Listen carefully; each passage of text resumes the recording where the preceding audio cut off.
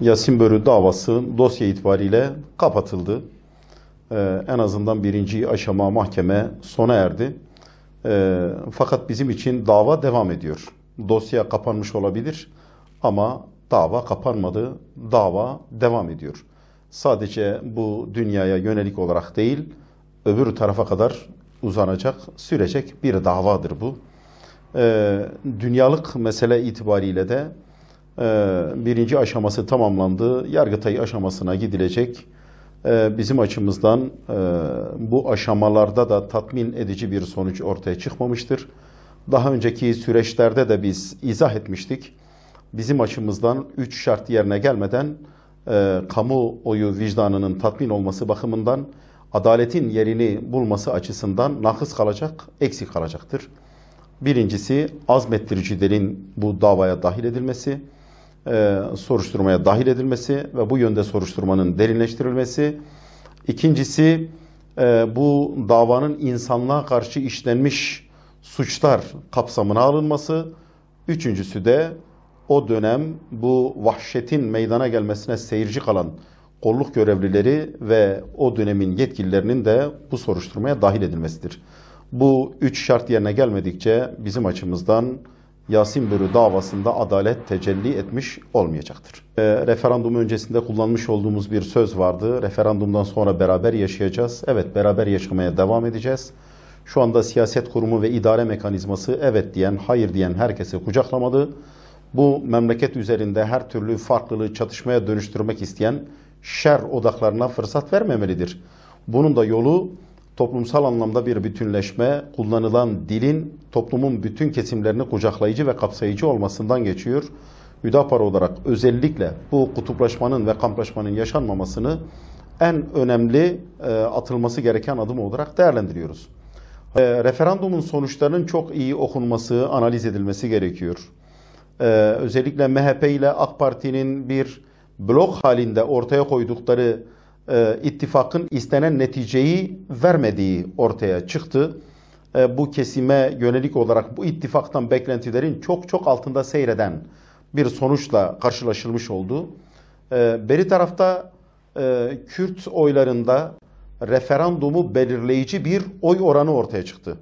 Ve Hüdapar olarak bize göre de aslında bu Kürt oylarını belirleyen Hüdapar'ın seçmen iradesinin sandığa yansımasıdır. Bu halkın insani ve İslami anlamdaki bir takım hak taleplerinin mutlaka yerine gelmesi, karşılanması gerekiyor. Ana dilde eğitimden tutun, vatandaşlık tanımının değişmesine kadar siyasal anlamda kültürel hakların karşılanmasına yönelik bu adımların atılması gerekiyor. Bir diğer husus da bu adımlar atılmadığı müddetçe var olan bu sorun üzerinden palazlanacak örgütler yine var olmaya devam edecek ve bu bölgeyi kendi plan ve programları doğrultusunda dizayn etmeye çalışan uluslararası şer güçler, küresel güçler bu bölgeyi karıştırmaya devam edecekler. Batı'nın Türkiye'nin bu referandum seçiminin sonuçlarından beklentisi yerine geldi mi? Hayır. Zaten Hüdapar olarak bizim evet gerekçelerimizden bir tanesi de küresel vesayeti geriletmekti. Bir tarafta tabanımızın yoğun oranda bulunduğu Doğu, Güneydoğu, Kürt coğrafyasındaki silahlı vesayeti, bölgesel vesayeti geriletirken ülke üzerindeki 200 yıllık vesayeti geriletme ve bu anlamda küresel vesayeti geriletmeyi de hedef edinmiştik. Bu açıdan Batı'nın bu emellerine seçim sonuçları üzerinden ulaşmamış olmasını Hüdapar'ın üstlendiği tarihi rolü bakımından dikkat çekici ve önemli buluyoruz. Batı'nın bir ülkeye bu kadar müdahil olmasını kabul edilemez buluyoruz. Hele hele kendi ülkemize bu şekilde müdahil olmasını kabul edilemez buluyoruz. O açıdan evet, Batı ile bir hesaplaşmanın yaşanması gerekiyor. Fakat Batı ile yaşanacak olan bir hesaplaşma, Batı'nın bize dayattığı siyasal tasarımlar ve onun sistemi içerisinde kalarak olmamalıdır. Batı'nın bize dayatmış olduğu siyasal tasarımlar içerisinde Batı ile hesaplaşılmaz. Batı'nın bize dayatmış olduğu sistemler içerisinde kalarak da Batı ile hesaplaşılmaz. Onun bize dayattığı siyasal tasarımlar yerine halkımızın inanç ve değerleriyle barışık, gelenekleri, görenekleri, örf ve adetleriyle barışık, bu toplumun dokusuna uyan siyasal tasarımlar inşa ederek Batı ile hesaplaşılır. O açıdan biz Avrupa Birliği'ne girme meselesi dahil olmak üzere bütün bu meselelerin bir referanduma götürülerek Batı'ya karşı Türkiye'nin tavrının netleştirilmesi gerektiğini düşünüyoruz. Evet, Avrupa ile her türlü ilişkilerimiz olabilir. Ekonomik ilişkiler olabilir, sosyal ve kültürel ilişkiler olabilir.